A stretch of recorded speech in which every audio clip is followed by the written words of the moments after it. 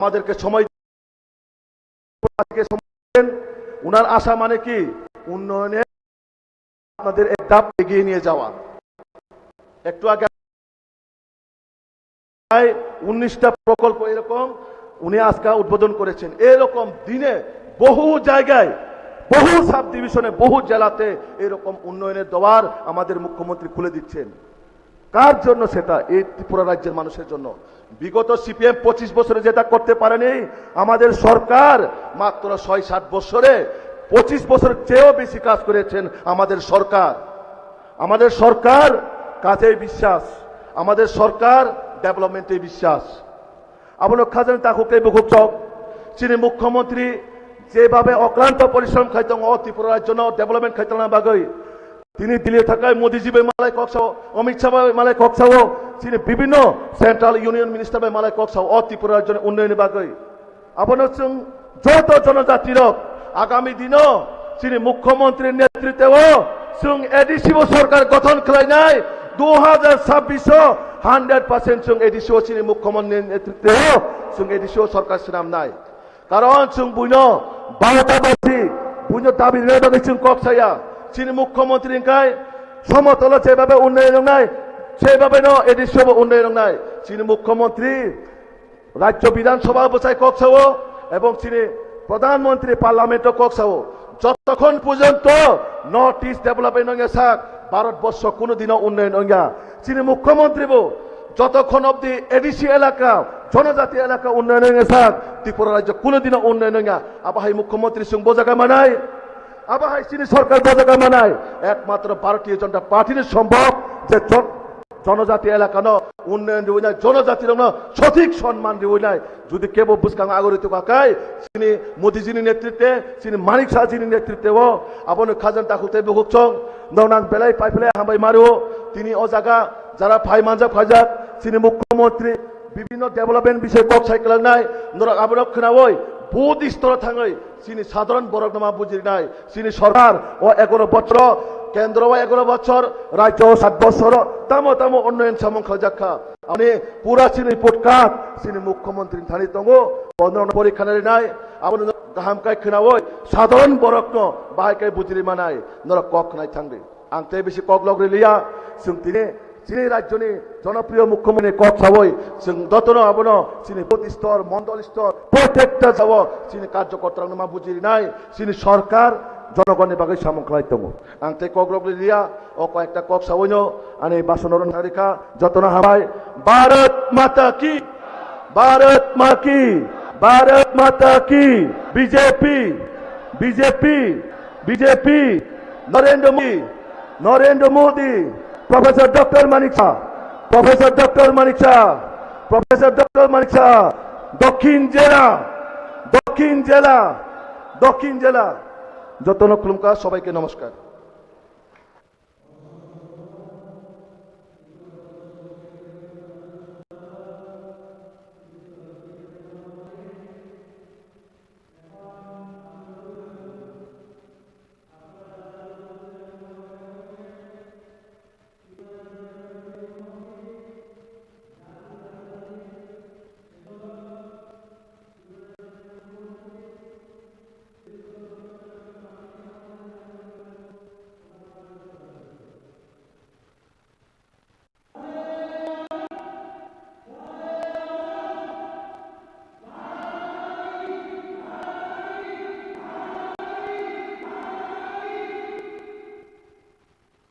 সবাইকে নমস্কার।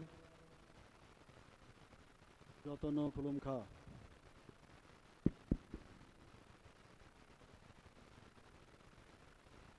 আজকে শান্তির বাজারে বিকশিত তের অমৃতকাল সেবা সুশাসন ও গরিব কল্যাণের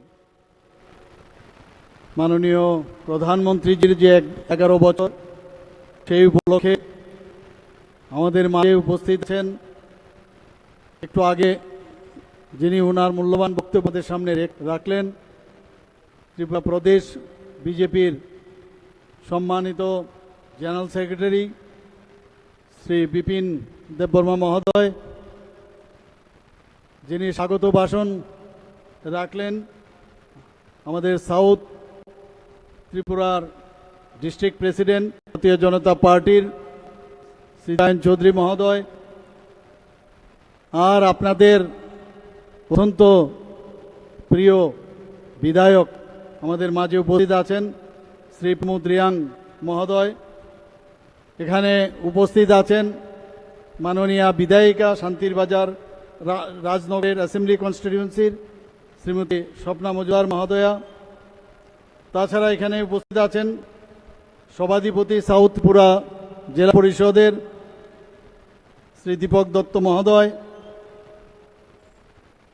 সম্মানিত এমডিসি বীরচন্দ্রনগর কলসি কনস্টিটিউয়েন্সি শ্রী সঞ্জীব রিয়াং মহোদয়, শ্রী কংজং মগ, সম্মানিত এমডিসি শিলাগুড়ি মনু বঙ্কুর কনস্টিটিউয়েন্সির। তাছাড়া আমাদের ত্রিপুরা প্রদেশের যিনি আইটির যিনি কনভেনার, আমি যখন মঞ্চে উঠছিলাম ওনার ভাষণ চলছিল, শ্রী চন্দন দেবনাথ মহোদয়, এবং এই জেলার অন্তর্গত যে 7টি মণ্ডল সভাপতি এবং বুথ প্রেসিডেন্টগণ, এবং এখানে উপস্থিত আমাদের স্টেটের যারা যারা মেম্বাররা আছেন, ডিস্ট্রিক্টের যারা মেম্বাররা আছেন, এবং মণ্ডল থেকে শুরু করে বুথের যারা যারা এখানে উপস্থিত আছেন, এবং এখানে উপস্থিত বিশাল যারা এখানে উপস্থিতির সংখ্যা দেখতে পেলাম, মা ও বোনেরা এবং এখানে মিডিয়া বন্ধুরা, সবাইকে আমি হার্দিক অভিনন্দন ও শুভেচ্ছা জানাতে চাই। বন্ধুগণ, আমরা গত 11 বছরে মাননীয় প্রধানমন্ত্রী নরেন্দ্র মোদীজির যে কার্যকাল সেটা আমরা দেখেছি এবং তার মূল্যায়নও প্রয়োজন। কারণ 2014-র আগে এমন একটা অবস্থা হয়েছিল ভারতবর্ষে, এই ভারতবর্ষ টিকবে কি টিকবে না এমন একটা অবস্থা দাঁড়িয়েছিল। আমরা কিন্তু অনেক সময় অতীতগুলো ভুলে যাই। একটু পেছনের পাতা উল্টালে বুঝতে পারবেন, যখন পাকিস্তান থেকে ভারতে বারবার আক্রমণ, পার্লামেন্টে আক্রমণ, মুম্বাইতে আক্রমণ, নর্থ ইস্টের এমন কোনো জায়গা নাই যেখানে আক্রমণ শানিত হয়নি। ভারতবর্ষের যে অবস্থা দাঁড়িয়েছিল, এই ভারতবর্ষকে কে সামলাবে? দেখা গেল আমাদের যশস্বী প্রধানমন্ত্রী নরেন্দ্র মোদীজি যখন 2014-তে 26শে মে উনি শপথ গ্রহণ করেন, তারপর থেকে আমরা দেখলাম ভারতবর্ষ কোন জায়গায় উনি নিয়ে যান। সব দিক দিয়ে আজকে আমরা কিন্তু বুঝতে পারছি যেই হচ্ছে আসল ভারত। আমাদের যে ইতিহাস, আমাদের যে পরম্পরা, ঐতিহ্য, সেইগুলো তো উনি ফিরিয়ে আনছেনই, পাশাপাশি মডার্ন যে ইন্ডিয়া, তার যে রূপরেখা উনি আমাদের সামনে রেখেছেন, যে 2022 থেকে উনি স্লোগান দিয়েছেন 2047 পর্যন্ত যে অমৃতকালের যে সূচনা উনি করেছেন, ভারতবর্ষ কি হবে, কোন দিকে যাবে, তার রোড ম্যাপ উনি তৈরি করে দিয়েছেন।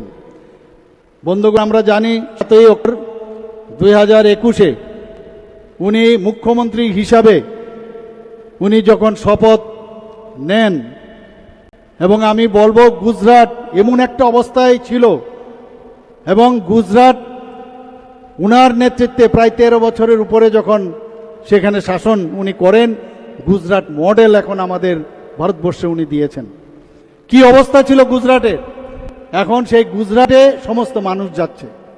আমার এখনো মনে আছে যখন উনি গুজরাট থেকে প্রধানমন্ত্রী হিসাবে, ভারতের প্রধানমন্ত্রী হিসাবে দায়িত্বভার নেবেন, উনি একটা ভাষণে উনি বলছিলেন, আমি শুনছিলাম সেদিন, নিশ্চয়ই আপনারাও শুনেছেন, উনার মধ্যে কি কনফিডেন্স ছিল যে আপ লোক তো মুঝে বিদায় দে রহে হো।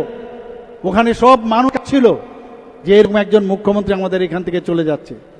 বলছে মুঝে তো छोड़ रहे हो लेकिन ऊपर भेज रहे हो, बहुत देश को संभालने के लिए आप लोग भेज रहे हो। अब चिंता मत करो, इस गुजरात में जो एक्सपेरिमेंट मैंने किया, इस गुजरात में जब पानी नहीं था पानी का बंदोबस्त किया।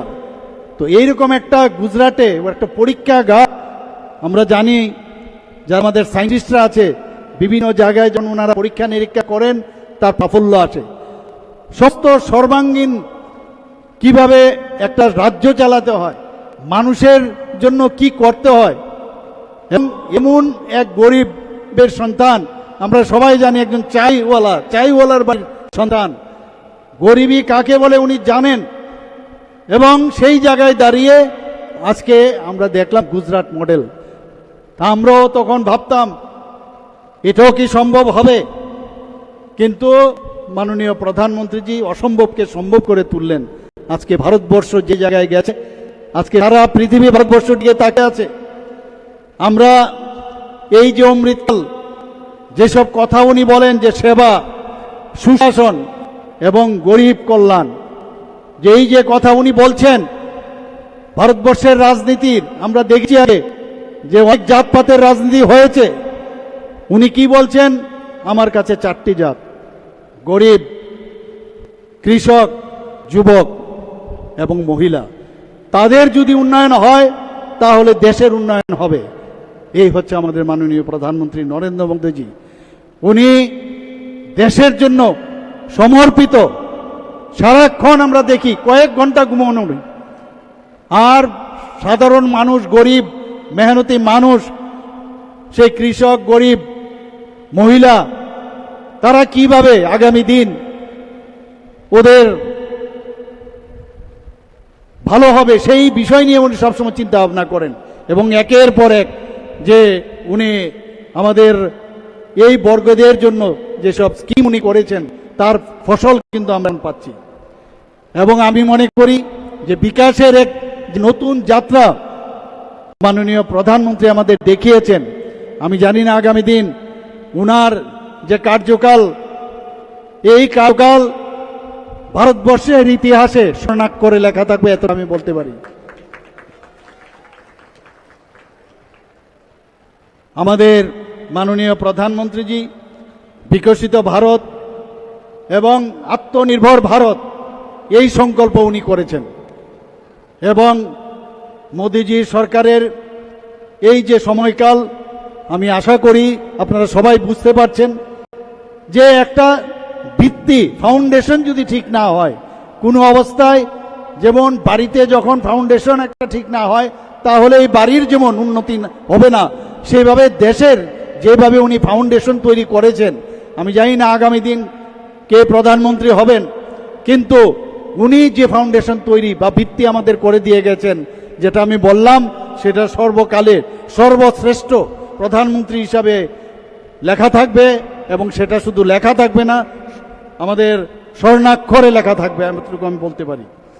আমরা গত 11 বছরে প্রধানমন্ত্রীজির নেতৃত্বে আমরা দেশে আমরা সুরক্ষিত রয়েছি। অর্থব্যবস্থাকে মজবুত, টেকনোলজিকে নাগরিকদের কাছে পৌঁছে দেওয়া, সব বিষয়ে মাননীয় প্রধানমন্ত্রীজি আমাদের সেটা দিয়েছেন।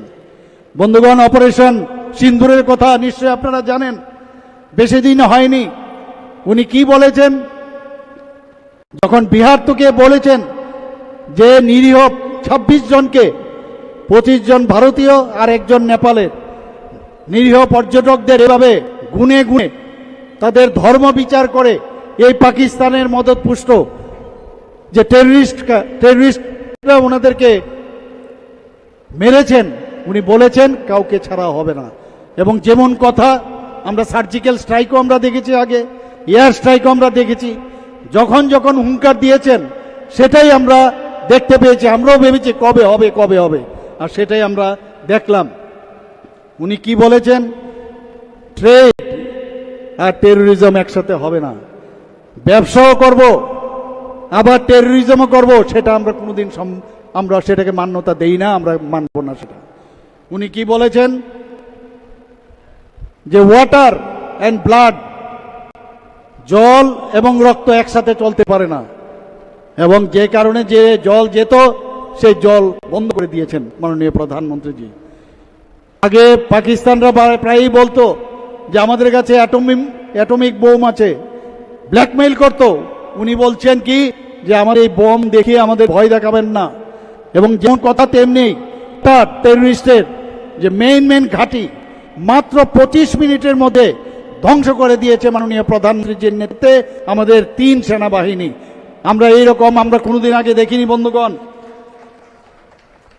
এখন উনি কি বলছেন? আমাদের মাননীয় প্রধানমন্ত্রীজি বলছেন আমাদের উই ডোন্ট ওয়ান্ট প্রিচার, আমাদের এখানে উপদেশ দিতে আসবেন না, উই নিড পার্টনার। আমাদের উপদেশের প্রয়োজন নেই, পার্টনার।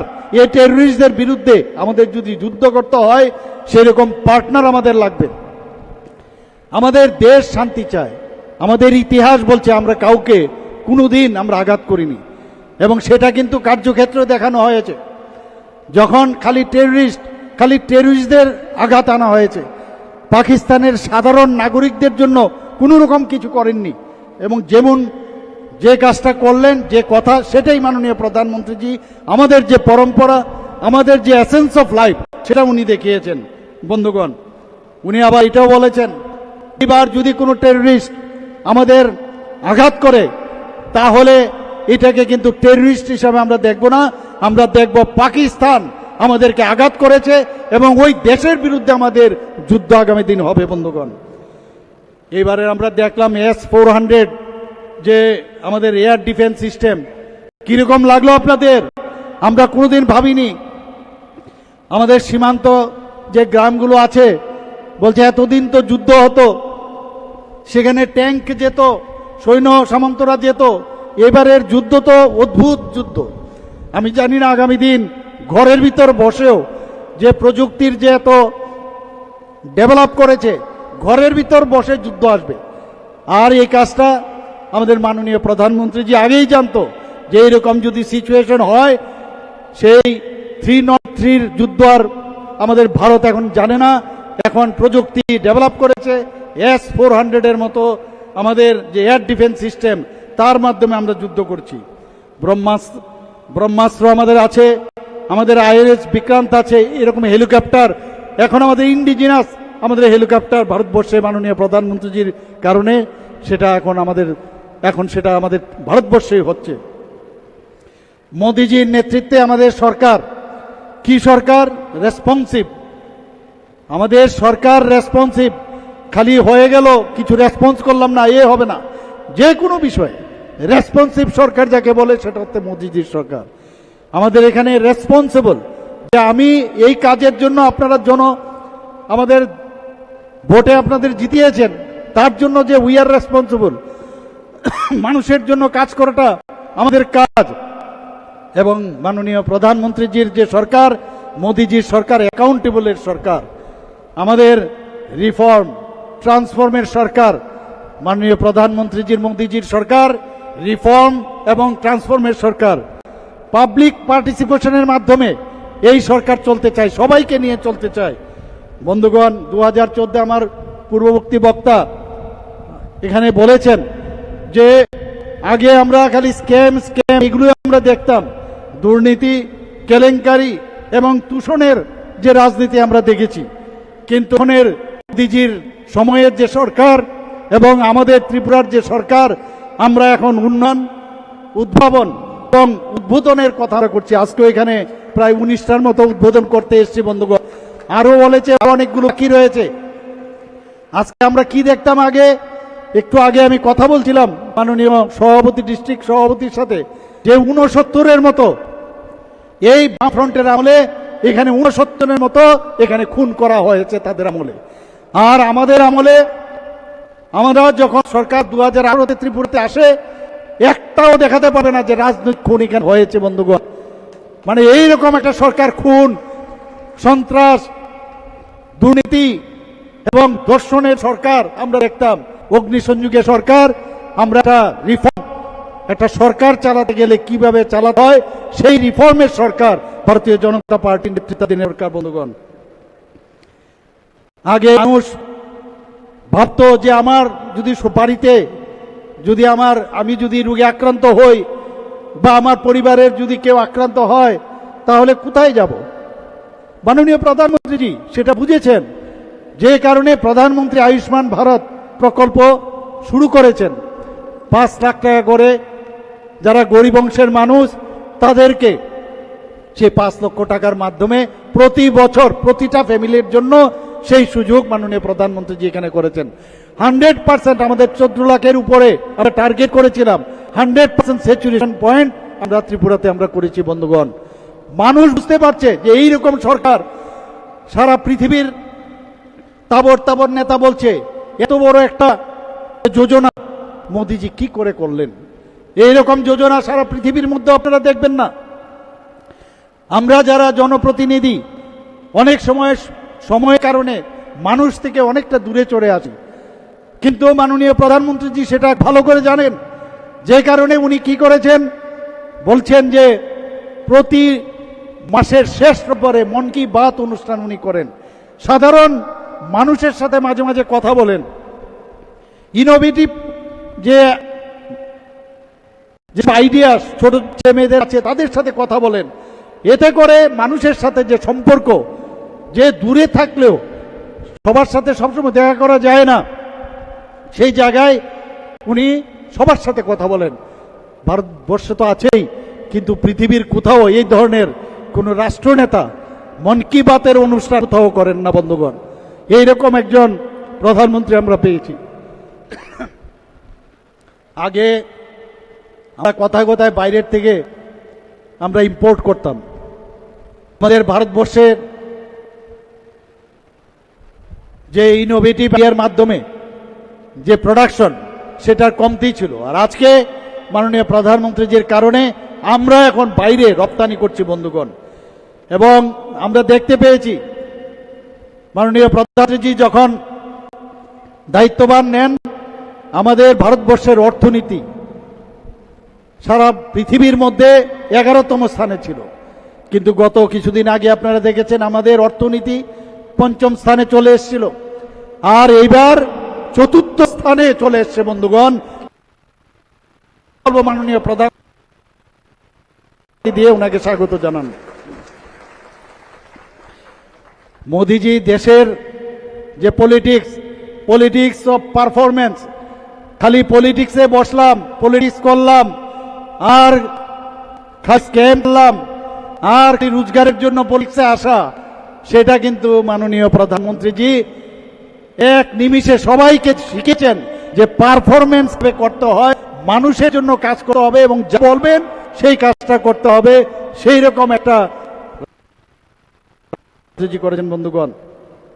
একটু আগে আমার পূর্ববর্তী বক্তা বিপিন বাবু বলছিলেন যে সরকার, মোদিজির যে সরকার এই 11 বছরে যে বিশ্বাস এবং পরিবর্তন, আজ প্রতিটি নাগরিক ওনারা দেখতে পাচ্ছেন যে আমাদের দেশ কি ছিল। আমরা এতদিন ভাবছিলাম এইভাবেই বুঝি দেশ চলে, কিন্তু মোদিজি বলছেন না, এইভাবে দেশ চলতে পারেন না।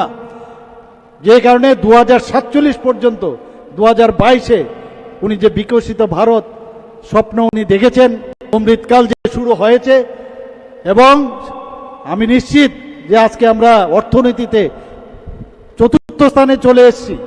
আমি জানি না আগামী দিন কোন জায়গায় আমরা যাব, আমি নিশ্চিত আমরা সারা পৃথিবীর মধ্যে সর্বশ্রেষ্ঠ ভারত হবে, আমি বলতে পারি বন্ধুগণ। শুধু তাই নয়, মাননীয় প্রধানমন্ত্রীজি আমাদের যে সংস্কৃতির যে পুনরুজ্জীবন এবং আমাদের যে পুরনো যে ইতিহাস সেগুলিও উনি আবার পুনরুদ্ধার করেছেন বন্ধুগণ।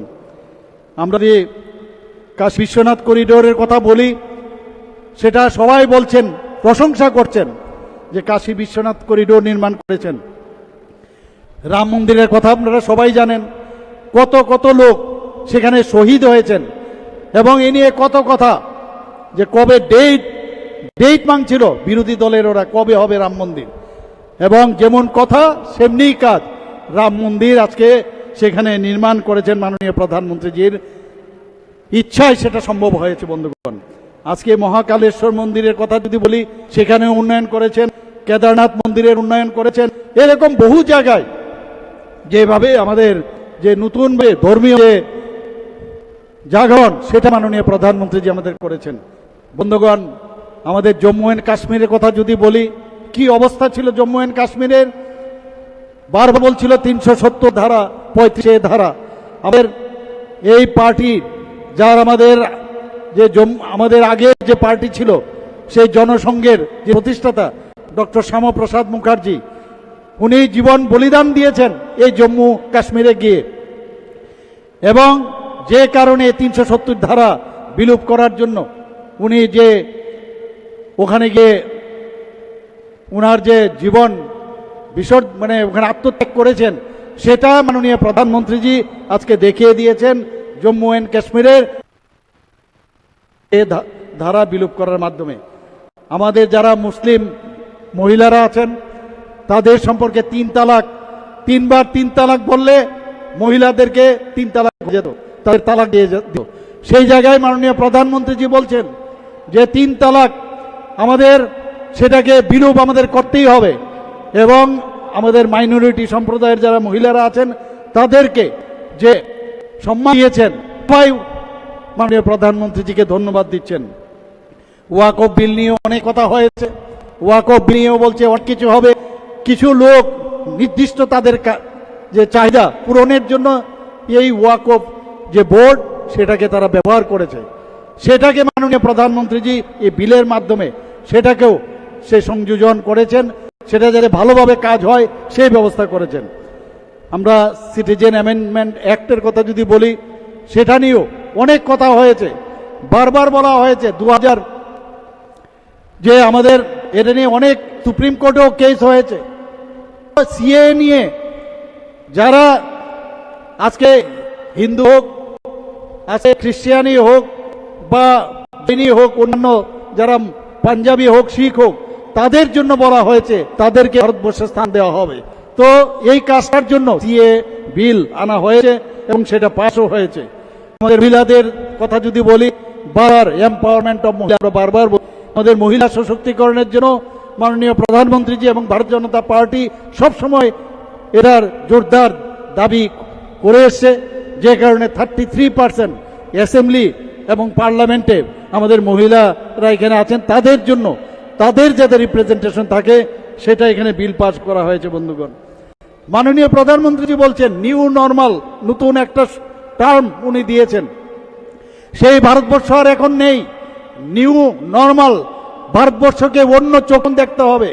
আমরা G20 সময় আমরা দেখেছি, যখন তাবর নেতা এই G20-তে এসেছিলেন, আমিও সেখানে গিয়েছিলাম, যে সসম্মানে মাননীয় প্রধানমন্ত্রীজিকে ওনারা সম্বোধন করেছেন, সেটা আর অপেক্ষা রাখেন বন্ধুগণ। আমরা SC ST এবং OBC তাদের সংরক্ষণের জন্য আমাদের ভারতীয় জনতা পার্টি এবং আমাদের সরকার এবং মাননীয় প্রধানমন্ত্রী তার উপর গুরুত্ব দিয়েছেন, এবং সেই রিজার্ভেশনের পক্ষে উনি বারবার বলছেন। বন্ধুগণ, আমরা মহিলাদের এডুকেশন হোক, মিলিটারিতে হোক, এমপ্লয়মেন্ট, সেলফ এমপ্লয়মেন্ট, সব বিষয়ে আমাদের প্রধানমন্ত্রীজি সেই বিষয়ে জোর দিয়েছেন। বন্ধুগণ, আগে আমরা নকশাল বা মাওবাদীদের কথা আমরা শুনেছি। আমি কিছুদিন আগে যখন দিল্লি গিয়েছিলাম, সেখানে আমাদের মুখ্যমন্ত্রীদের কনভেনশন হয়েছিল, মাননীয় প্রধানমন্ত্রীজি সেখানে ছিলেন। সেখানে ছত্তিশগড়ের যে মুখ্যমন্ত্রী ছিলেন, উনি বক্তব্য রেখেছেন কিভাবে ছত্তিশগড়ে এই মাওবাদীদের ওখানে তাদেরকে যেভাবে সরিয়েছেন সেই বিস্তারিত সেখানে আলোচনা রেখেন। 126টা নকশাল এফেক্টেড রাজ্য ছিল। রাজ্যের মধ্যে বিভিন্ন জায়গায় 5-6টা রাজ্য জুড়ে প্রায় 126টা নকশালের যে এফেক্টেড এরিয়া ছিল। সেই জায়গায় এখন দাঁড়িয়ে এইবারের যে আক্রমণ আমাদের তরফ থেকে, আমাদের যারা প্যারামিলিটারি এবং ছত্তিশগড়ের পুলিশ, তারা যে আক্রমণ শাণিত করেছে, তাতে করে দেখা গেছে 126 থেকে নেবে মাত্র 18তে হয়েছে। আমি নিশ্চিত যে আগামী দিনে এটা 0তে আসবে, কারণ আমাদের মাননীয় স্বরাষ্ট্রমন্ত্রী বলেছেন যে কোনো অবস্থায় কাউকে ছাড়া হবে না। বন্ধুগণ, এখন এতে করে ভায়োলেন্স প্রায় 53% রিডাকশন হয়েছে। আমাদের যারা ক্যাজুয়ালিটি, আমাদের যারা প্যারামিলিটারি থেকে আরম্ভ হোক, পুলিশ থেকে আরম্ভ করে, সেই সব জায়গায় প্রায় 126টি জায়গায় সেখানে 72% এখন ডিক্রিজ করেছে। বন্ধুগণ, আমরা মাননীয় প্রধানমন্ত্রীজি বারবার বলছেন যে স্লোগান, কি স্লোগান দিয়েছেন? গরিবি হটাও। এবং আগে আমরা দেখতাম আগের সরকার, কংগ্রেসের, ইউপিএ সরকার এগুলো বলতো, কিন্তু আমরা দেখতাম কেই ওরা সরিয়ে দিয়েছে। কিন্তু মাননীয় প্রধানমন্ত্রীজি যেরকম বলেছেন, যেটা বিশ্বাসের যে আস্থার যে বিষয় আমরা বারবার বলি, সেটাই দেখা গেল। আমাদের প্রায় 25 কোটি মানুষ এই যে গরিব রেখার উপরে ওরা উঠে এসছে। এই গরিবি হঠাৎ যে স্লোগান মাননীয় প্রধানমন্ত্রীজি দিয়েছেন, সেটা সম্ভব হয়েছে। বন্ধুগণ, আমরা ট্যাক্সের কথা যদি বলি, 283% ইনক্রিজ হয়েছে এবার ট্যাক্স রিভলিউশনে। ভাবা যায় না, 283% ইনক্রিজ হয়েছে। আমাদের পার ক্যাপিটা আপনারা সবাই জানেন, আমাদের ত্রিপুরা এখন নর্থ ইস্টার্ন জোনের মধ্যে জিএসডিপি, আমাদের জিডিপি, যেটা স্টেটের যে জিডিপি আছে নর্থ ইস্টার্ন জোনের মধ্যে আমরা সেকেন্ড হাইয়েস্ট।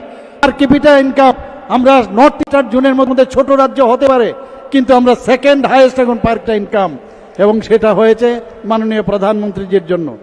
আমাদের প্রায় 67% ইনক্রিজ সর্বভারতীয় স্তরে পার ক্যাপিটা ইনকাম এবার বেড়েছে।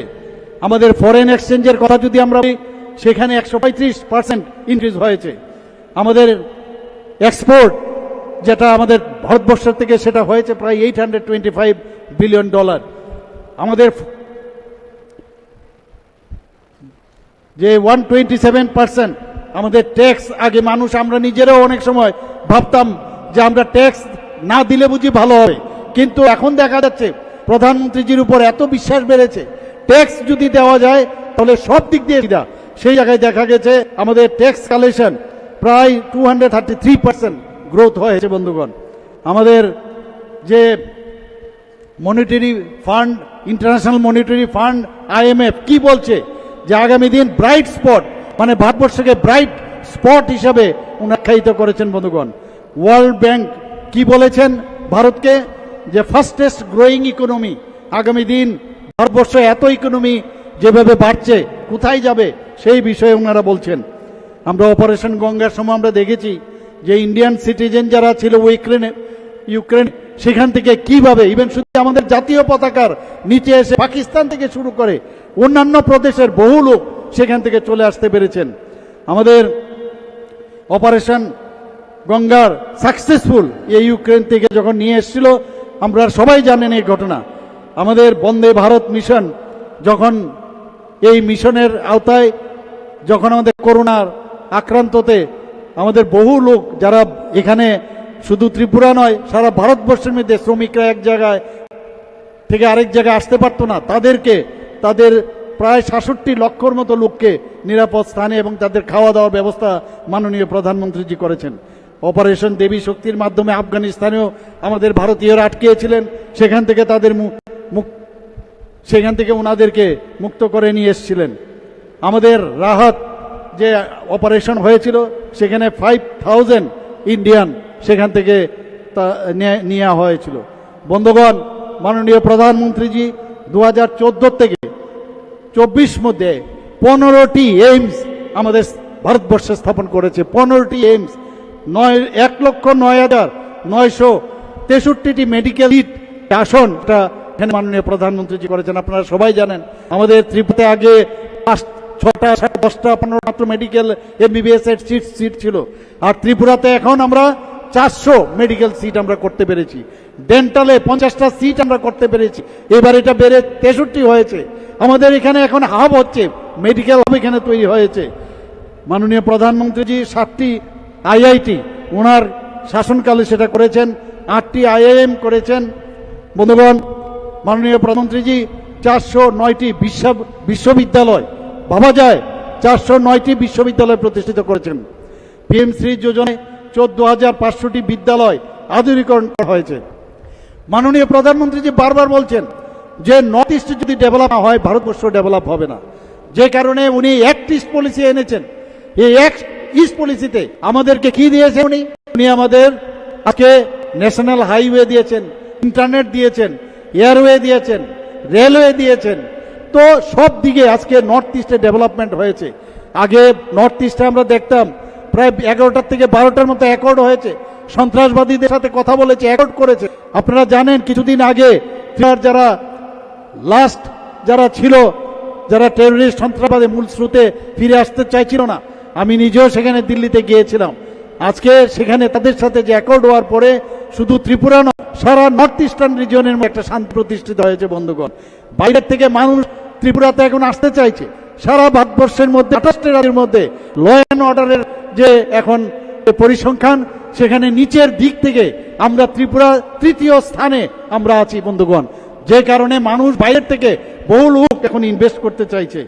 2024 সালে চন্দ্রযান 3 এর যদি সাফল্যের কথা বলি, সেই সাফল্যের পরে এখন আরো একের পর এক গগনযানের প্রস্তুতি মাননীয় প্রধানমন্ত্রীজি করছেন। আপনারা দেখেছেন কিছুদিন আগে যে চেনাব সেতু, যেটা বিশ্বের সর্বোচ্চ রেল সেতু, মাননীয় প্রধানমন্ত্রীজি ওপেন করেছেন। আমাদের এখানে কৃষক জন্য মাননীয় প্রধানমন্ত্রীজি সব সময় একটা প্রায়োরিটি সেক্টর, 5 গুণ এবারের বাজেটে উনি সেটা বাড়িয়েছেন। এমন এক প্রধানমন্ত্রী যার সম্পর্কে যদি বলতে হয় শেষ করা যাবে না। আগামী দিন গবেষণা হবে যে 2014 আগে কি ভারতবর্ষ আমরা দেখেছি, আর মাননীয় প্রধানমন্ত্রীজি নরেন্দ্র মোদীজি আসার পর ভারতবর্ষে কি হলো, গবেষণা হবে। তারপর আমি বলতে পারি বন্ধুগণ, পিএইচডি হয়তো অনেকে পাবে দিন এই গবেষণার কারণে। আমরা মাননীয় প্রধানমন্ত্রীজিকে অনেক সময় যেসব উনি উক্তি করেন, যেসব স্লোগান দেন, যে এক পের মাকে নাম, গত পরশুদিনও এই এক পের মাকে নাম আমরা মাকে উদ্দেশ্য করে আমরা এই মার সম্পর্কে আমরা কিন্তু সেইভাবে আমরা আগে চিন্তা করতাম না। আমরা এই যে বন মহোৎসবে আমরা পেড় লাগাতাম, কিন্তু এই যে মার নামে মাকে উৎসর্গ করে মাকে শ্রদ্ধা জানিয়ে যেভাবে পেড় লাগানোর, কারণ আমরা জানি অক্সিজেন আমাদের এই থেকে আমরা পাই, পরিবেশকে যদি ঠিক রাখতে হয়। কিন্তু এইভাবে বললে হবে না, এক পেড় মাকে নাম, কি সুন্দর কথা। এরকম কথা তো আমরা কোনোদিন শুনিনি। এবং আজকে সারা ভারতবর্ষে তথা ত্রিপুরাতেও আমরা 5 মিনিটে, গত বছর আমরা 5 লাখ আমরা এই যে চারা, আমরা বৃক্ষ চারা আমরা সেটা লাগিয়েছি বন্ধুগণ। আমরা মেরে মাটি মেরা দেশ, আপনারা সবাই জানেন। আমরা এই মাটির উপর দিয়ে আমরা হাঁটি, আমরা সবাই জানি, কিন্তু এই মাটি আমার মা, সেই বিষয়টা কিন্তু আমাদের মাননীয় প্রধানমন্ত্রীজি আমাদের চোখ খুলে আমাদের দেখিয়েছেন উনি। আমরা মেরে মাটি দেশ, আমরা সবাই জানি যে কিছুদিন আগে আমরা অমৃত বাটিকা কর্তব্য পথে আমাদের ত্রিপুরাতে আমাদের যে 58টা যে ব্লক আছে, প্লাস কর্পোরেটর যে কর্পোরেশন মাধ্যমে মিউনিসিপ্যালিটি, নগর পঞ্চায়েত, সেই 29টা যে জায়গা মাটি নিয়ে আমরা ত্রিপুরা সেক্রেটারিয়েটের সামনে অমৃত বাটিকা আমরা প্রচার রাজ্যেই হয়েছে, আমাদের ত্রিপুরাতেও আমরা সেটা অমৃত বাটিকা করেছি।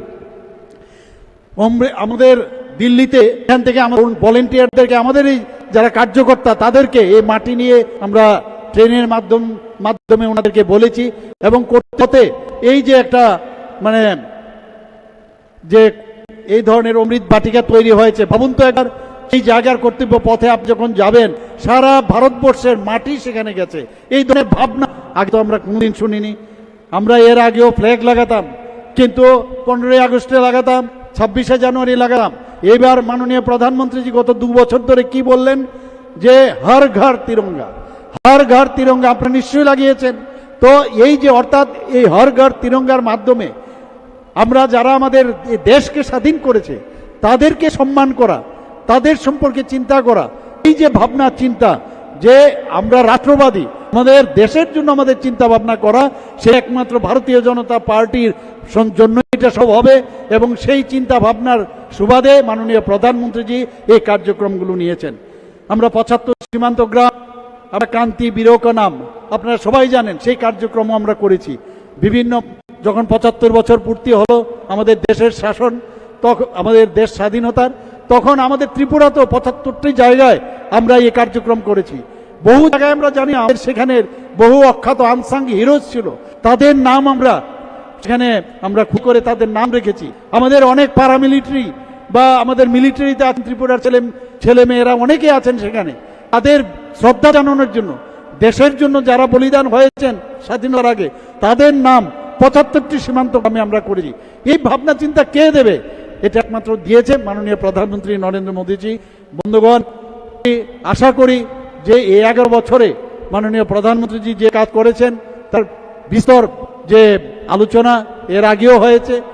এখানে প্রধানমন্ত্রী কিষাণ সম্মান নিধি আমরা এখন পর্যন্ত ত্রিপুরাতে যে আমরা 19তম কিস্তি আমরা পেয়েছি, তাতে করে 843 কোটি টাকার উপরে ডিটির মাধ্যমে সরাসরি মাননীয় প্রধানমন্ত্রী দিয়েছেন। আগে কি এত দালাল ছিল? দালালের মাধ্যমে মাঝখানে টাকাটা অন্যদের কাছে পকেটে চলে যেত। এবং ট্রান্সপারেন্সি সরকার এই ডিবিটির মাধ্যমে প্রধানমন্ত্রী কিষাণ সম্মান নিধিতে ত্রিপুরাতে 843 কোটি 66 লক্ষ টাকা সরাসরি কৃষকদের অ্যাকাউন্টে চলে গেছে। প্রধানমন্ত্রী ফসল বীমা যোজনা যদি বলি 10 কোটি 63 লক্ষ টাকার উপরে এই আমাদের ত্রিপুরার কৃষকরা পেয়েছে।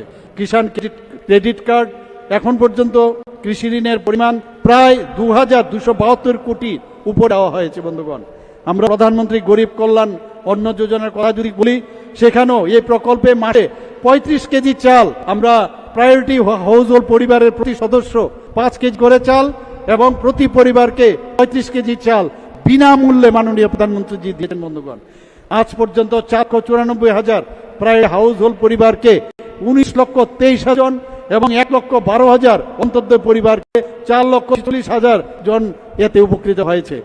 জল জীবন মিশন আমরা জানতাম আমাদের সরকার আসার আগে মাত্র 3% ছিল নল সে জল, আর আমাদের সরকার আসার পরে বর্তমানে 85.97% হয়েছে। বন্ধুগণ, পঞ্চম জাতীয় জল পুরস্কার 2023-এ আমাদের ধলাই জেলা সর্বশ্রেষ্ঠ হিসাবে পুরস্কার পেয়েছেন এই নল সে জল জীবন মিশনের আওতায়।